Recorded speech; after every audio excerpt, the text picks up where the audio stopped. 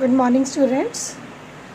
In previous video, we completed movement in supply curve.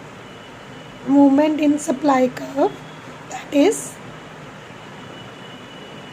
upward and downward,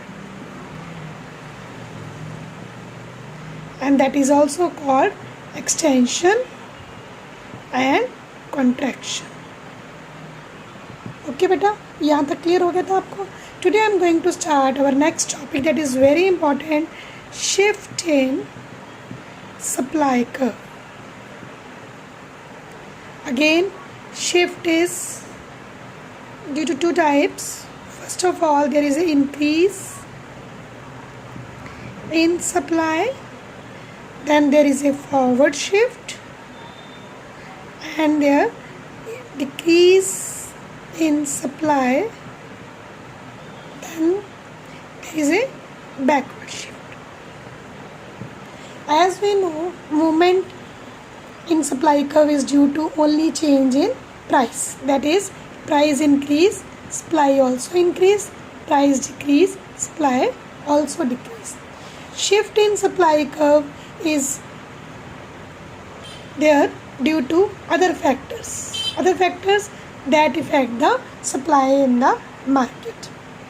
Other factors that includes price of related goods, then technology, then goal of firm, then cost of production, that is price of factors of production, then future expectations, then government policies of government. All these factors just leads to the increase in supply or a decrease in supply. और इसमें आपने increase in supply, one thing is more, price remain constant, no change in price. No change in price like this. For example, price is here, then quantity supplied is up to here.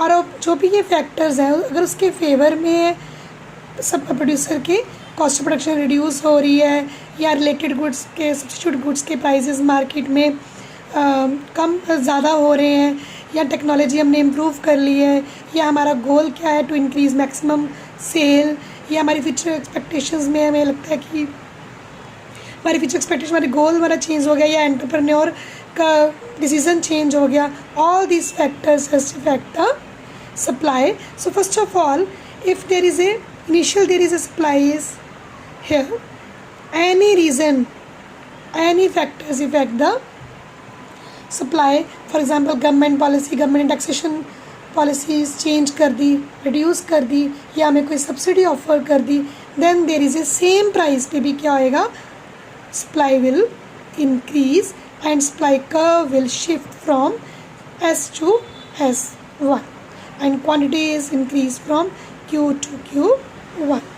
Here is a quantity, here is OX and OY. Price remain constant. No change in price, and supply will increase with the change in other factors that leads to the shift in the supply, forward shift.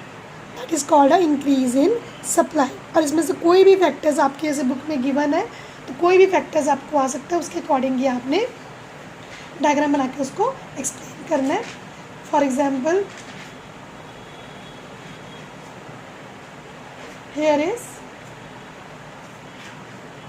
How does change in input effect the price supply कर. आपको सिर्फ change पूछा है, आपको ये नहीं पूछा कि इंक्रीज़ हुए हैं या डिक्रीज़ हुए हैं. तो आपने चेंज में दोनों एस्पेक्ट्स दिखाने हैं. There is a increase in the price of inputs, then there is a backward shift. If there is a decrease in the price of input, then there is a forward shift. ठीक है, तो दोनों को explain करना है. Change means कि दोनों side से आप दोनों उसको दिखाने हैं, एस्पेक्ट्स उसके डिक्रीज भी और इंक्रीज. अगर स्पेशली आपको पूछा है कि change, there is a change, there is a increase in the price of inputs, then you have to show only the backward shift, decrease in the supply. और इसी के वाइस वर्सा, अगर सारे फैक्टर्स आपके फेवर में नहीं है, आपकी कॉस्ट ऑफ प्रोडक्शन इंक्रीज़ हो रही है, इनिशियली आपकी सप्लाई नहीं थी इस प्राइस पे, और due to some reasons, for example government policy, government ने सब्सिडी विड्रॉन कर ली, पहले ऑफर कर रहा था, फिर या फिर हमारा गोल चेंज हो गया, या हमारी टेक्नोलॉजी हमारी आउटडेटेड होगी, या हमारा कॉस्ट ऑफ प्रोडक्शन इंक्रीज़ हो गई, या रिलेटेड गुड्स के प्राइसेस या सब्सिट्यूट गुड्स के प्राइसेस मार्केट में कम हो गए, तो हमारी क्या हो, इंक्रीज़ हो गए सॉरी, तो हमारी क्या होएगी, सप्लाई भी क्या हो जाएगी, backward shift, that is decrease in the supply. Clear बच्चे? So these are the factors that affect the shift in the supply. और आपका इंडिविजुअली आपकी बुक में गिवन है, first of all how does change in technology affect supply of curve. अगर technology हमारी improve हो रही है तो फॉरवर्ड शिफ्ट, क्लियर, और अगर टेक्नोलॉजी हमारी आउटडेटेड हो रही है तो बैकवर्ड शिफ्ट। एंड ऐसे प्राइसेस ऑफ इनपुट इंक्रीज़ हो रहे हैं तो हमारी बैकवर्ड शिफ्ट हो जाएगी, क्योंकि प्राइसेस अगर इनपुट्स के इंक्रीज़ होएंगे हमारी कॉस्ट ऑफ प्रोडक्शन भी इंक्रीज़ हो जाएगी, तो सेम प्राइस पे प्रोड्यूसर उतनी सप्लाई नहीं करेगा, सप्लाई क्या कर देगा, वो कम करेगा एंड वेट करेगा to further increase in the price.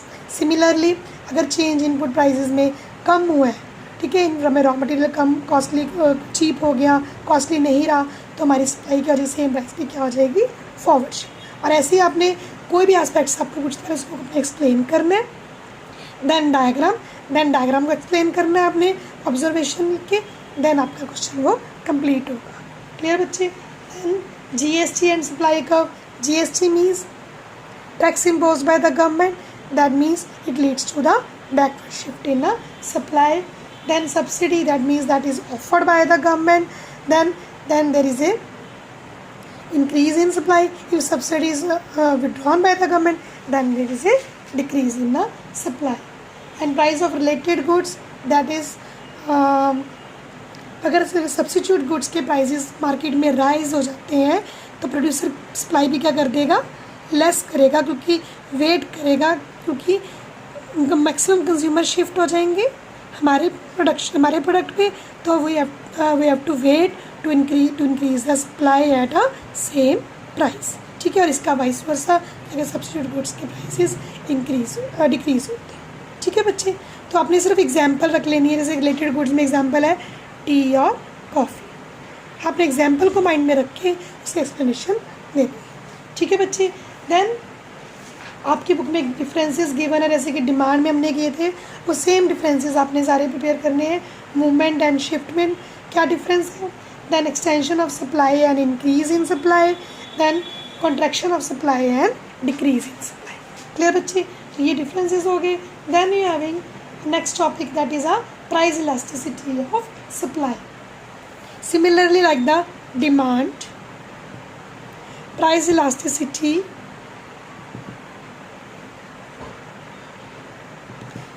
of supply, that means same at what degree we have to measure, at what extent,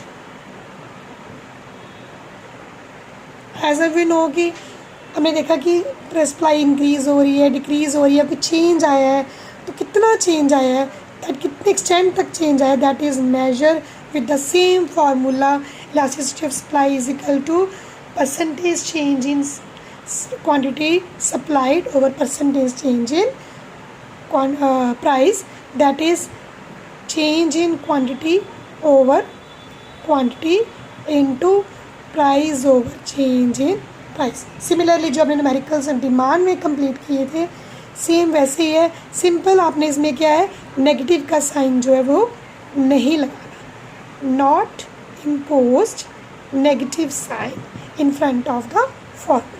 Rest is same, all numericals, because there is a positive relation है, then there is no need to impose a negative sign in front of this formula. Okay, simple ये formula put करके हमने numerical solve कर लेना like the demand. Clear बच्चे? Then you are having